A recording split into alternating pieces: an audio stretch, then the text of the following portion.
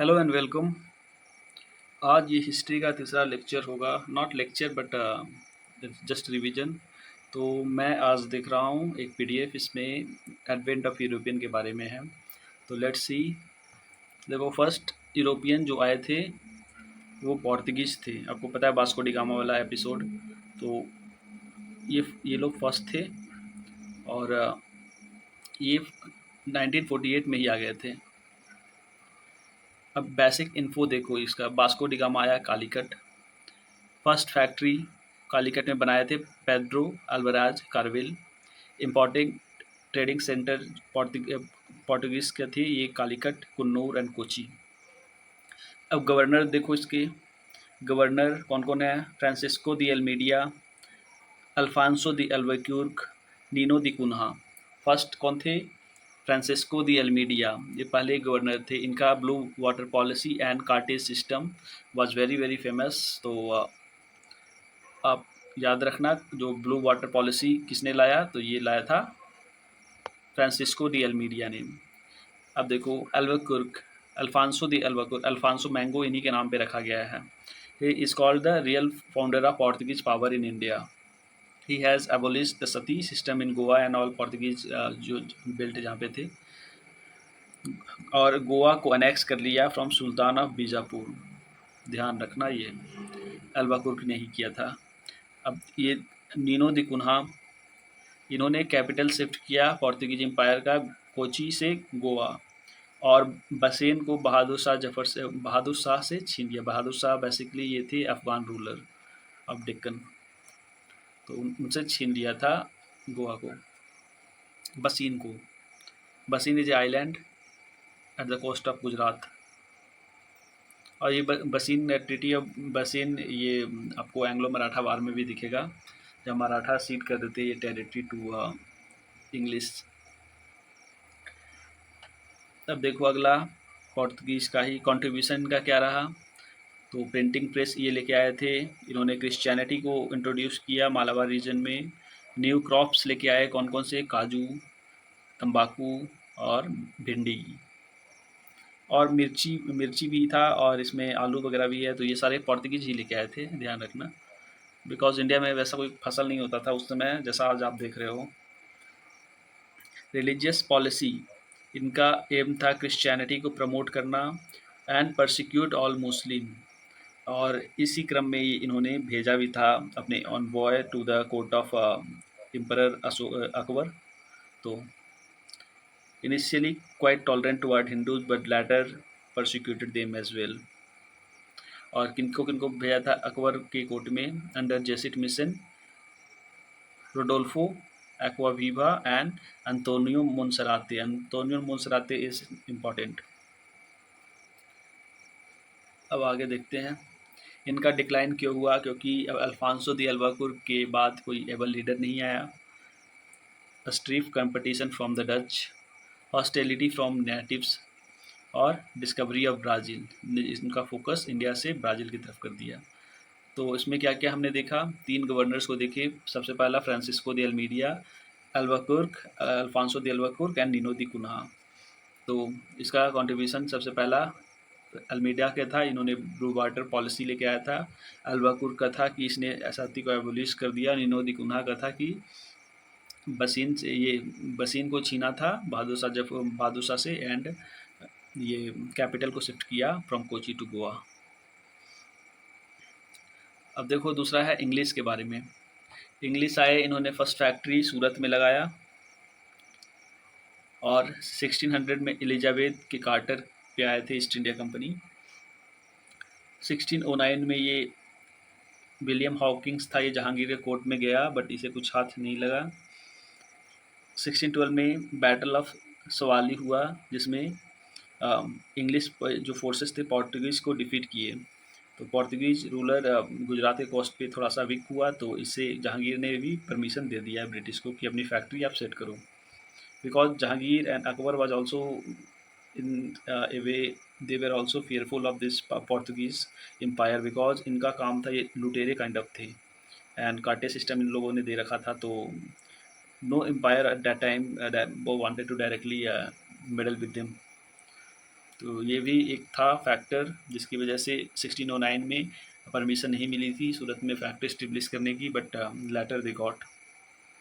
1632 में देखो फरमान गोलकोंडा के सुल्तान से फरमान मिल गया इन्हें to trade in their area, तो इससे भी ये काफ़ी मजबूत हुई English. And English were initially seen as rival to Portuguese and एक मतलब स्टेबिलिटी की तरफ देखा गया इन्हें, इनका प्रेजेंस। फ़ारुख सियार फरमान 1717 आपको पता है, फ़ारुख सियार ये मुग़ल रूलर थे लेटर मुग़ल में। इन्होंने फरमान दिया था कि इंग्लिश है कहीं भी रोक टोक on the basis of Dastak ये अपना ट्रेड कैरी कर पाए। इन्होंने ऐसा क्यों किया? क्योंकि ये बीमार पड़ गए थे और इंग्लिश डॉक्टर ने इनकी मतलब इलाज किया था, that is why. Magna Carta to the company इन्होंने दे दिया, exempted from additional custom duty and minted coin minted by company, उसको मुग़ल एम्पायर में सर्कुलेशन में एक्सेप्ट कर लिया। अब इंग्लिश के बाद कौन आता है? डच आता है 1602 में। सबसे पहले कौन आया? पोर्टुगीज से, बाद में इंग्लिश एंड थर्ड में डच।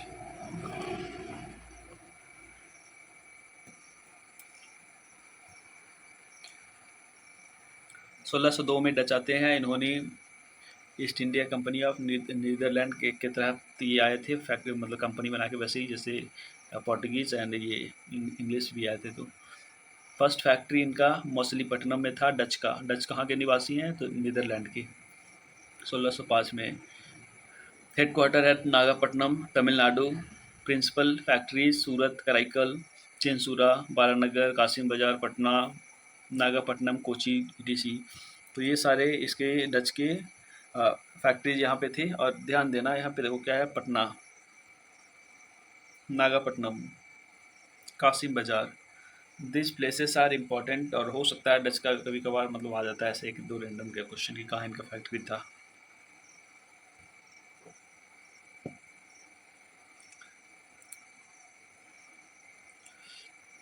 इनका डिक्लाइन क्यों हुआ? Because of Anglo Dutch rivalry. 1667 में British withdraw claim in spice island, Indonesia से क्लेम अपना हटा लिया। एंड उसके बाद डच ने भी अपना क्लेम हटा लिया धीरे धीरे फ्रॉम इंडियन का subcontinent, and this is why settlement happened. Last blow इनको तब मिला बैटल ऑफ हुगली में 1759, थर्ड एंग्लो डच वॉर। ये क्यों हुआ था? देखो ये डेट जाना पहचाना लग रहा है। 1759 1757 में क्या हुआ था कि बंगाल का जो नवाब था उसे हटा दिया गया था, डिपोज कर दिया गया था, नवाब सिराजुद्दौला। उसके बाद जो नवाब बने उन्होंने डच के साथ कोई मतलब उनका सीक्रेट कम्युनिकेशन हो रहा था, and that is why also British got involve in to the battle of Hugli हुआ, बैटल ऑफ बिदरा, चिंसूरा। इसके बाद डच की प्रेजेंस इंडिया में ख़त्म हो गई। डैनिश ईस्ट इंडिया कंपनी 1616 में शुरुआत हुआ। फैक्ट्री कहाँ लगाया? त्रांकोबार। और इनका सेटलमेंट था सेरमपुर नियर कोलकाता। 1845 में Danish factory were sold to British.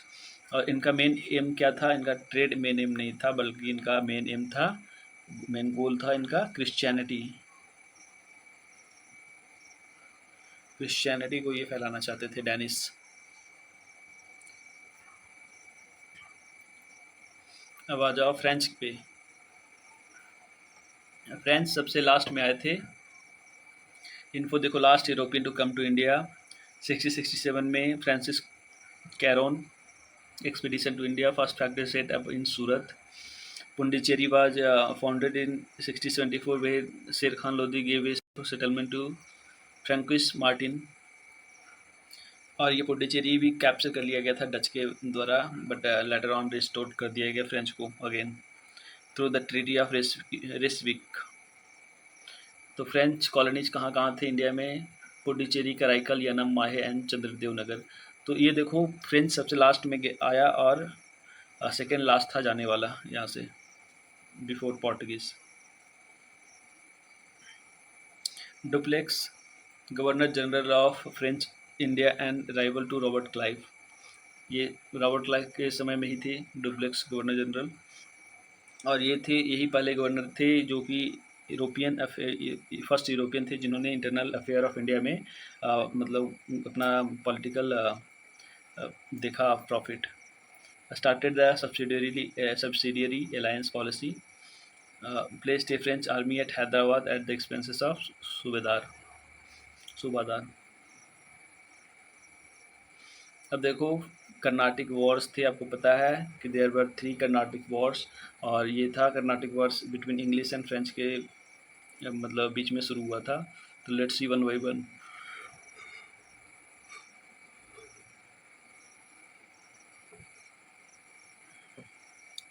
Look at this first Carnatic war. इसका रिजल्ट इनकंक्लूसिव रहा, ended with the Treaty of Aix-la-Chapelle in 1748 in which concluded the Austrian War of Succession। तो इसका basic reason था Austrian war of succession होने का, ये इस war का। फ्रेंच कमांडर यहाँ पे डुप्लेक्स थे। बैटल ऑफ सेंट थॉमे हुआ और ये रिवर अडियार के किनारे हुआ। यहाँ पे छोटी सी फ्रेंच आर्मी ने माइटी इंडियन आर्मी को हरा दिया था, और ये अनवर उद्दीन थे जो इंडियन आर्मी को लीड कर रहे थे, मतलब इंडियन स्टेट की आर्मी को, सदर्न इंडियन। तो this was one of the great lesson that European learn in India कि एक disciplined army can defeat a big size army of native Indians. तो यहाँ से ध्यान देना, this war was inconclusive, and इसी वार के थ्रू फ्रेंच आर्मी जो ब्रिटिश पोस्ट थी मद्रास में वहाँ तक पहुँच गई थी, and they just surrounded the fort. And इस ये जो एलेक्स ला चपेल था, इसने कुछ साल तक ट्रीटी बनाए रखा, मतलब सेकेंड कर्नाटिक वॉर। देखो, ब्रिटिश विक्ट्री, यहाँ पे साफ साफ ब्रिटिश की विक्ट्री हुई। Ended with the treaty of Pondicherry which recognise Mohammed Ali Khan Wallajah as the nawab of Carnatic.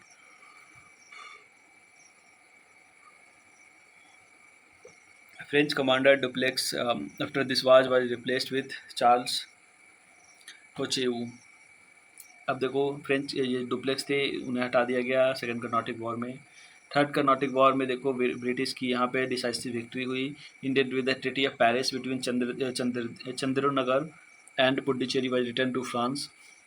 French were allowed to have factories in India but forbade French traders from restricting them।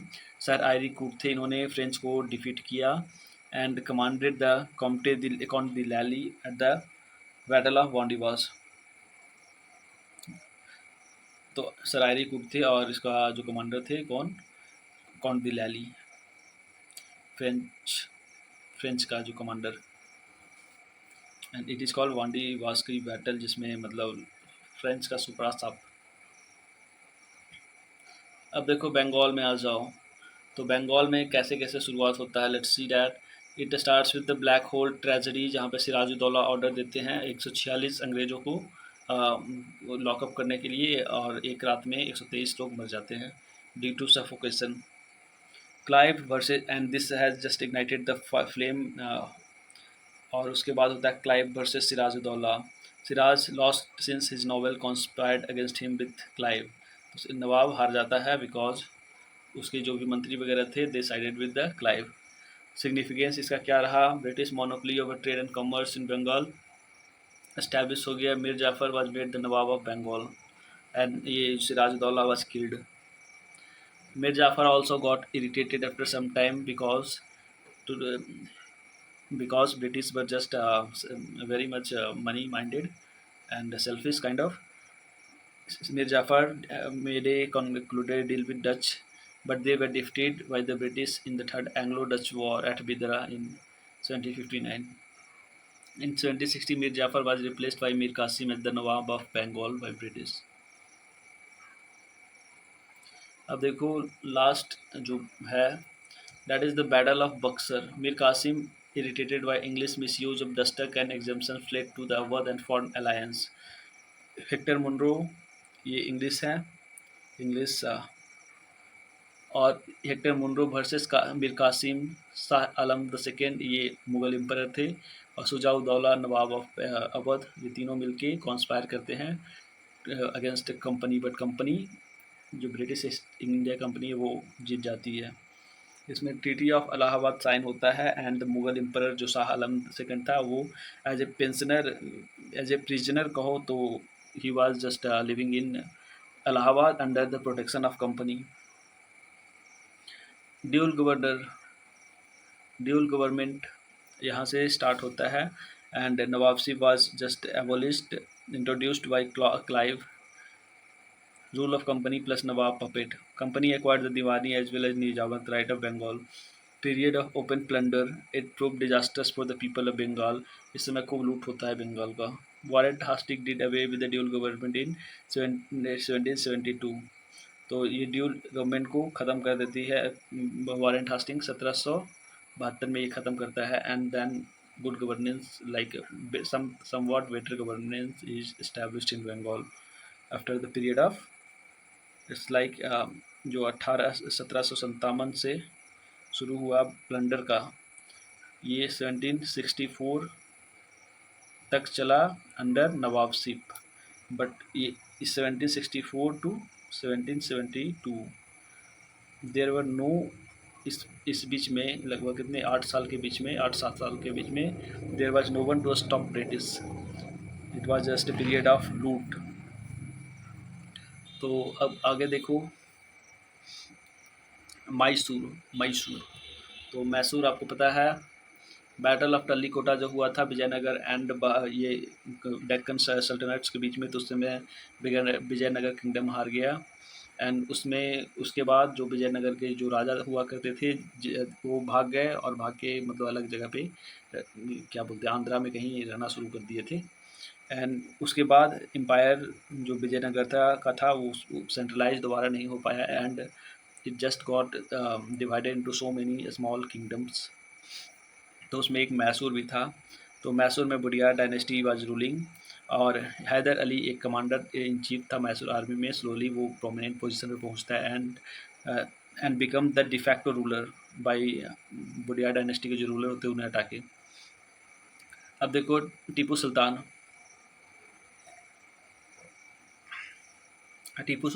Haider Ali का बेटा है. He is a learned man. इसे Arabic आता है, Persian आता है, कनरीज, उर्दू. इसने European जैसे लोग यूरोपियन कंपनीज आर्मी रखती थी वैसे अपनी आर्मी को मॉडर्नाइज किया, रॉकेट टेक्नोलॉजी विकसित की, introduce sericulture in India. Jacobin club का मेंबर था, आपको पता होगा जैकोबियन क्लब फ्रांस में था. It was a French in origin, और फ्रांस से ही आया था जैकोबियन क्लब, और उसका ये मेंबर बना. इसने ट्री ऑफ लिबर्टी को श्रीरंगपट्टनम में इस्टेब्लिश किया, प्लांट किया. बिल्ट दरिया दौलत बाग एट श्रीरंगपट्टनम, ठीक है. तो बेसिकली मैसूर का जो सुल्तान था Tipu Sultan, he was very much influenced by French culture, और वो चाहता था कि अगेंस्ट ब्रिटिश फ्रेंच उसकी मदद करें. That is why he has established a lot of closeness with them. अब देखो यहाँ पे मैसूर वॉर आपको पता है 3-4 हुए हैं, एंड उसमें देखते हैं क्या है आगे. फर्स्ट मैसूर वॉर, बेसिकली ये मैंने पिछले लेक्चर्स में भी कवर किया है, तो अगेन देख लेते हैं. फर्स्ट मैसूर वॉर में Mysore under Hyder Ali versus East India Company. Mysore की विक्ट्री होती है. ट्रीटी ऑफ मद्रास साइन होता है, and ended with the treaty of Madras which has turn that each would support the other if attacked. तो इस ट्रीटी में कहा जाता है कि ब्रिटिश एंड ये मैसूर स्टेट दोनों फ्रेंडशिप के अंदर रहेंगे और एक दूसरे पर कभी अटैक नहीं करेंगे, and they will also protect if anyone is getting attacked. Second Mysore war में होता है कि हैदर अली वर्सेस ब्रिटिश. ये इसलिए होता है बिकॉज मैसूर पे जब पेशवाज अटैक कर रहे थे that time British did not means they did not follow the treaty and backup हो गए. तो that is why it was also a reason behind second Mysore war. और यहाँ से ट्रीटी ऑफ मैंगलोर हुआ. हैदर अली इसी बीच मर जाते हैं due to old age and बीमारी. तो टीपू सुल्तान नया सुल्तान बनता है. Third Mysore war, Mysore under Tipu Sultan, Arakkal kingdom versus East India company under Lord Cornwallis. और देखो मैसूर के साथ अरक्कल किंगडम होता है, ईस्ट इंडिया कंपनी के साथ ट्रावनकोर होता है, मराठा होता है, हैदराबाद होता है. तो इसमें मैसूर हार जाता है. ट्रीटी ऑफ श्रीरंगपट्टनम साइन होता है, एंड इससे मैसूर स्टेट बहुत कमज़ोर हो जाता है. It just lost more than half of its territory to opponents. Fourth Mysore war, Mysore under Tipu Sultan versus British. और इसमें फॉल ऑफ श्रीरंगपट्टनम ख़त्म एकदम। देखो ये वाला वॉर, फोर्थ मैसूर वॉर है 1799, it also coincide with the rise of Napoleon. तो ब्रिटिश को लगता था ना कि ये टीपू सुल्तान नेपोलियन की हेल्प ले लेगा, तो इससे पहले ये वो इसे निपटा देना चाहते थे, and that is one of the factor as said. और इसके बाद वोडियार डायनेस्टी जो थी, मतलब थोड़े समय के लिए इनएक्टिव थी, उसे दोबारा रजिस्ट्रेट किया जाता है, and the Wodeyar dynasty just accepted the subsidiary alliance. अब आजा मराठा में। Maratha confederacy rule under name of king Sahu. King Sahu अब होता है पेशवा, ये सॉरी शिवाजी के वंशज थे। अब देखो इसमें 4-5 परिवार मेनली हैं। Bhonsle of Nagpur, Peshwa of Pune, Holkar of Indore, Gaekwad of Baroda, Scindia of Gwalior. तो ये 5 फैमिली थी जो मराठा कॉन्फेडरेसी को फॉर्म कर रही थी। एंड आपको ध्यान रखना चाहिए कि Maratha confederacy was not a United state, it was rather federation kind of. यहाँ पे सब अलग अलग थे, but they usually fight under single banner. तो एंग्लो मराठा वॉर में देखो, first Maratha war, Maratha versus East India company under Hastings, warrant Hastings. इसमें रिजल्ट होता है ब्रिटिश वर ह्यूमिलिएटेड एंड 20 साल के उनको पीस ट्रीटी साइन करना पड़ता है, that is called treaty of Salbai. Second Anglo Maratha war 20 साल बाद शुरू होता है, दैट इज 1803 एंड 05। इसमें इंग्लिश जीत जाती है, बसीन को कैप्चर कर लिया जाता है, ले लिया जाता है, एंड ट्रीटी ऑफ बसीन में Bajirao ceded treaty territory to maintenance of subsidiary forces. Third Anglo Maratha war में क्या होता है, Maratha confederacy versus East India company under Lord Hastings. तो इसमें ब्रिटिश जीत जाता है, and Peshwaship was abolished and Peshwa was made pensioner of East India company. Peshwa को कानपुर भेज दिया जाता है बस। सिंध, अब देखो सिंध में क्या है, ट्रीटी सिंध आमिर के द्वारा रूल किया जाता था उस समय। Treaty of eternal friendship sign होता है, both Sindh and British agree to exclude French from Sindh. उसके बाद ट्राईपार्टिएट ट्रीटी साइन होता है between British, Ranjit Singh and Shah Shuja of Afghanistan, sorry Sindh. Shah Shuja give up his sovereign rights to Sindh and accepted British subsidiary alliances. 1843 में Sindh was merged into British empire under Lord Ellenborough. तो सिंध को भी। अब आ जाओ पंजाब में। पंजाब आपको पता है बंदा बहादुर एग्जीक्यूट कर दिया जाता है बाई फरुखसियार मुगल एम्परर। सिख उस समय डिवाइडेड थे दो सेक्ट्स में, बंदाई एंड तख्त खालसा। 1784 में कपूर सिंह फजलवालिया के अंडर सिख है जो दल खालसा बनाते हैं, एंड उसके बाद सिख धीरे धीरे मिस्ल में ऑर्गेनाइज होना शुरू करते हैं अंडर रंजीत सिंह। ये सारे मिस्ल मिलके एक किंगडम पंजाब का फॉर्म करते हैं, and under treaty of Amritsar, treaty of perpetual friendship, ये Ranjit Singh and East India company के बीच होता है, ट्रीटी ऑफ परपेचुअल फ्रेंडशिप या treaty of Amritsar, where Ranjit Singh agreed to limit his kingdom to north of Sutlej. Sutlej के ऊपर ही किंगडम रखना चाहते थे। राइज, अब सिख वॉर शुरू क्यों हुआ, तो first Sikh war is said that Sikh army थी जो कि सतलज को पार कर रही थी। Sikh army versus British, Hardinge, cause due to Sikh army violating treaty of Amritsar. British को लगता था सिख पार कर रहा है, साउथ ऑफ सतलज आने की कोशिश कर रहा है, एंड सिख्स को लगता था कि British was just trying to cross north. तो इसमें ब्रिटिश की जीत होती है, ट्रीटी ऑफ लाहौर। इसमें इसका वजह भी था कि जो पंजाब के कमांडर्स थे they just sided with British, मतलब वही मिर्जाफर वाला कांड हुआ। गुलाब सिंह जो ब्रिटिश की साइड से थे, तो उन्हें ये कश्मीर बेच दिया जाता है, जम्मू एंड कश्मीर, और वो वहाँ पे डोगरा डायनेस्टी को फॉर्म करते हैं। सेकेंड सिख वॉर, इसमें Sikh empire versus British under Dalhousie. Result रहा fall of Sikh empire, Punjab was annexed. अब नेबर्स में देखो क्या क्या ब्रिटिश ने लड़ाई लड़ी। भूटान में एक ट्रीटी ऑफ सिंचुला साइन होता है, एंड इसमें भूटान है जो कि टेरिटरी जो दुआर्स का है, बंगाल दुआर्स, असम दुआर्स, मतलब प्लेन से ये तो वो सारे एरिया उससे क्लेम अपना हटा लेता है भूटान। नेपाल के साथ भी वॉर होता है तो नेपाली जो आर्मी होती है उसे विड्रॉ करना पड़ता है under treaty of Sugauli from Sikkim. और बहुत सारे टेरिटरी भी नेपाल सीट करता है। That is in Uttarakhand. Burma. Burma में देखो फर्स्ट एंग्लो बर्मीज वॉर, इसमें ट्रीटी ऑफ यंदबू साइन होता है। Burma ceded part of Assam and recognised Manipur as independent state. Second Burmese war में British East India company control over lower Burma. Third Burmese war में annexation of upper Burma eight Pegu. ये पेगू नहीं, Pegu south ही में था, first ही में capture हो जाता है। और Burma was separated from India. इसमें थर्ड बर्मा वॉर में पूरा का पूरा बर्मा एनेक्स कर लिया जाता है and Burma was finally separated from India in 1935। 1935 आपको याद आ रहा होगा, अंडर ये वाला जो राउंड टेबल कॉन्फ्रेंसेस वगैरह हुआ था, तो उसके बाद गवर्नमेंट ऑफ इंडिया एक्ट अलग और ये बर्मा का अलग कर दिया गया। Burma became independence in 1948। अब तिब्बत में देखो ट्रीटी ऑफ लाहसा 1904 किसने भेजा था, अगर आपको याद है कल ही मैंने पढ़ा था, तो इट वाज लॉर्ड कर्जन। और British Indian government would occupy Chumbi valley, Tibet won't grant concessions to any foreign state.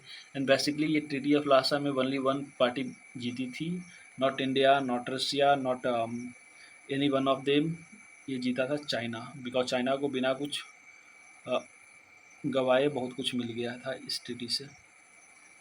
and that still formed the base of Chinese claim over Tibet. Afghanistan. First Anglo-Afghan War resulted in British withdrawal from Afghanistan. Second Anglo-Afghan War, British victory and Treaty of Gandamak was signed. Permanent British resident at Kabul was appointed. ऑकलेट की forward policy रही थी। Company has to take a step to protect British India from Russia through treaty of annexation. अब Lawrence की policy थी masterly inactive with regard to the Afghanistan. उनका कहना था कि no interference in Afghanistan and India should remain separate from that area. That destabilize part. Lytton की policy रही थी कि प्राउड रिजर्व, वो इंडिया का जो जोग्राफिकल बॉर्डर है वहाँ तक उसका होल्ड पहुँचाना चाहते थे ब्रिटिश आर्मी की, ब्रिटिश इंडिया की मतलब। एंड डूरन एग्रीमेंट भी इसी क्रम में साइन हुआ था 1893। A Durand line between British and Afghan territory was agreed upon. तो this was for today guys. मुझे लगता है थोड़ा सा रिवीजन हो गया होगा एंड मुझे लगता है ऑल्सो ये लास्ट दिन हमने ये सारे कवर किए थे ये पीडीएफ, तो मेजर पार्ट तो हो गया था। It's just like again second revision of it.